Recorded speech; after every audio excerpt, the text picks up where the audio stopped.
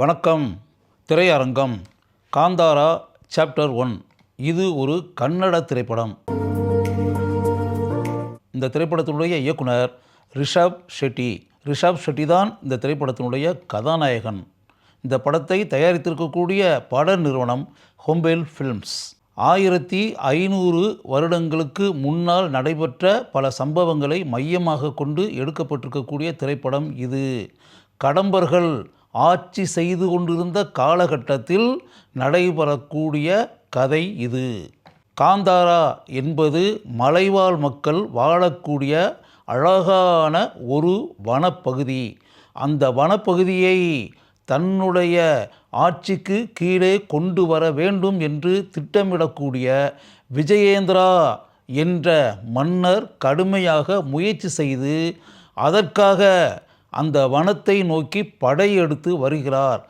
ஈஸ்வரன் குடிகொண்டு இருப்பதாக நம்பப்படக்கூடிய அந்த இடத்தை எப்படியும் ஆக்கிரமிக்க வேண்டும் என்று விஜயேந்திரா திட்டமிடுகிறார். ஆனால் அவருடைய முயற்சி எத்தனையோ வருடங்களுக்கு முன்னால் தோல்வி அடைகிறது. தோல்வி அடைந்ததுடன் நிற்காமல் அவர் இந்த உலகத்தை விட்டே நீங்க வேண்டிய சூழ்நிலை உண்டாகிறது. வருடங்கள் கடந்து ஓடுகின்றன. அந்த வனப்பகுதியில் வாழக்கூடிய மலைவாழ் மக்களுடைய அந்த தலைமுறையில் இப்போது இருந்து கொண்டிருக்கக்கூடிய இளைஞன், அவனுடைய பெயர் பெர்மி. அந்த கதாபாத்திரத்தில் நடித்திருப்பவர்தான் ரிஷப் ஷெட்டி. இறந்த விஜயேந்திராவின் மகன் ராஜசேகரா இப்போது அந்த நாட்டை ஆட்சி செய்து கொண்டிருக்கிறார். அந்த நாட்டின் பெயர் பாங்க்ரா. அவருடைய மகனின் பெயர் குலசேகரா, மகளின் பெயர் கனகபதி. அந்த ராஜசேகரா கதாபாத்திரத்தில் நடித்திருப்பவர் ஜெயராம். இப்போது பாங்க்ரா நாட்டை ஆட்சி செய்து கொண்டிருக்கக்கூடிய இளைஞன் குலசேகரா. பாங்க்ரா நாட்டை சேர்ந்தவர்களுக்கு காந்தாராவின் மீது ஒரு மிகப்பெரிய கண் இருக்கிறது என்பதை தெரிந்து கொண்டிருக்கக்கூடிய பெர்மி அந்த முயற்சி சிறிது கூட நடந்துவிடக்கூடாது என்பதில் மிக தெளிவாக இருக்கிறான். அவன் அந்த வனப்பகுதியில் விளையக்கூடிய ஏராளமான மதிப்பிற்குரிய பொருட்களை விற்பனை செய்ய வேண்டும் என்பதற்காக பாங்க்ராவில் இருக்கக்கூடிய துறைமுகத்திற்கு சென்று அங்கு பல மனிதர்களை சந்தித்து அந்த காட்டு பகுதியில் விளையக்கூடிய விளை பொருட்களை விநியோகம் செய்து விற்பனை செய்து அங்கு வசிக்கக்கூடிய மக்கள் பயனடையக்கூடிய அளவிற்கு மிகப்பெரிய பல காரியங்களை செய்கிறான். அதைத் தொடர்ந்து காலப்போக்கில் அந்த துறைமுகத்தையே அவன் தன் கைக்கு கீழே கொண்டு வருகிறான். ஈஸ்வரனுடைய மண்ணான காந்தாராவை எப்படியும் தன்னுடைய கைப்பிடிக்குள் கொண்டு வந்துவிட வேண்டும் என்ற வெறியுடன் அங்கு படையெடுக்கிறான் குலசேகரா.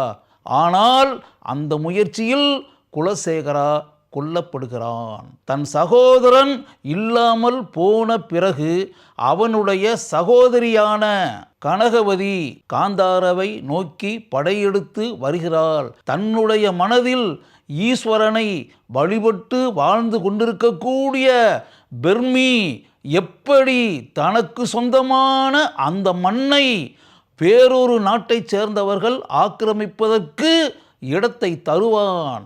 அவன் கடுமையாக போராடி தன்னுடைய காந்தாரா வனப்பகுதியை எதிரிகளிடமிருந்து காப்பாற்றுவதற்கு உயிரை பணயம் வைத்து போராடி எப்படி அந்த மண் தன் கையை விட்டு போகாத அளவிற்கு பார்த்து கொள்கிறான் என்பதையும், அந்த வனப்பகுதியை ஆக்கிரமிக்க வேண்டும் என்ற எண்ணத்துடன் வந்தவர்களுக்கு எப்படிப்பட்ட இறுதி தீர்ப்பு கிடைக்கிறது என்பதையும் நாம் காட்சிகளாக பார்க்கிறோம். காந்தாரா மக்களின் காவலனான பெர்மி கதாபாத்திரத்தில் ரிஷப் ஷெட்டி படம் முழுக்க ஆட்சி செய்திருக்கிறார். மிகச்சிறந்த நடிப்பு திறமையை வெளிப்படுத்தி நம்முடைய உள்ளங்களில் ஆழமான இடத்தை பிடித்து அவர் வாழ்கிறார். ராஜசேகரா கதாபாத்திரத்தில் வரக்கூடிய ஜெயராம் மிக இயல்பாக படம் முழுக்க வருகிறார். குலசேகரா கதாபாத்திரத்தில் நடித்திருப்பவர் குல்ஷன் தேவையா. தன்னுடைய மாறுபட்ட நடிப்பு திறமையை படம் முழுக்க இவர் வெளிப்படுத்தியிருக்கிறார். ஆரம்ப காட்சிகளில் தமாஷான நடிப்பை வெளிப்படுத்தக்கூடிய இவர் பிற்பகுதியில் தன்னுடைய சிங்கமென சீறி எழக்கூடிய மிடுக்கான நடிப்பை வெளிப்படுத்தி நம்மிடம் நற்சான்றிதழை பெறுகிறார். கனகவதி கதாபாத்திரத்தில் ருக்மிணி வசந்த் மிகச் சிறப்பாக நடித்திருக்கிறார். படத்தினுடைய ஆரம்ப காட்சியிலிருந்து இறுதி காட்சி வரை தன்னுடைய அருமையான நடிப்பை வெளிப்படுத்தி அந்த கதாபாத்திரத்திற்கு மிகவும் சிறப்பான பெருமையை இவர் தேடி தந்திருக்கிறார். மலைவாழ் மக்களின் தலைவனாக சம்பத்ராம் நடித்திருக்கிறார். இவர் வரக்கூடிய காட்சிகளில் இவருடைய சிறந்த நடிப்பை நம்மால் பார்க்க முடிகிறது. இந்த திரைப்படத்தினுடைய ஒளிப்பதிவாளர் அரவிந்த் காஷ்யப் தன்னுடைய பங்களிப்பை பாராட்டக்கூடிய அளவிற்கு படம் முழுக்க வெளிப்படுத்தி இருக்கிறார். சுரேஷ் மல்லையா இவர்தான் இந்த திரைப்படத்தினுடைய பட தொகுப்பாளர்.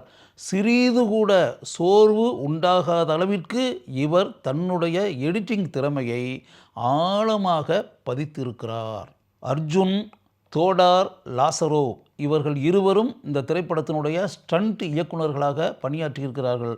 இந்த ஸ்டண்ட் இயக்குநர்கள் தங்களுடைய சண்டை திறமைகளை அருமையாக வெளிப்படுத்தி சண்டை காட்சிகள் ஓஹோ என்று இருக்கக்கூடிய அளவிற்கு தங்களுடைய கான்ட்ரிபியூஷனை செலுத்தி இருக்கிறார்கள்.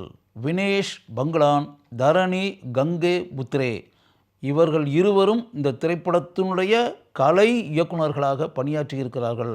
ஆர்ட் டைரக்ஷன் இந்த திரைப்படத்தில் எந்த அளவிற்கு அருமையாக இருக்கிறது என்பதை படத்தினுடைய ஆரம்பத்திலிருந்து இறுதி வரை நம்மால் உணர முடிகிறது. இந்த திரைப்படத்தினுடைய உடை அலங்காரத்தை செய்திருப்பவர் பிரகதி ஷெட்டி. இவர் ரிஷப் ஷெட்டியினுடைய மனைவி. அவருடைய அருமையான பங்களிப்பை படம் முழுக்க நம்மால் உணர முடிகிறது. அஜனீஷ் லோக்நாத் இவர்தான் இந்த திரைப்படத்தினுடைய சவுண்ட் டிசைனர். ஏராளமான பணச்செலவில் எடுக்கப்பட்டிருக்கக்கூடிய இந்த திரைப்படத்திற்கு சவுண்ட் டிசைன் என்பது எந்த அளவிற்கு சிறப்பாக இருக்க வேண்டும் என்பது நமக்கு தெரியும்.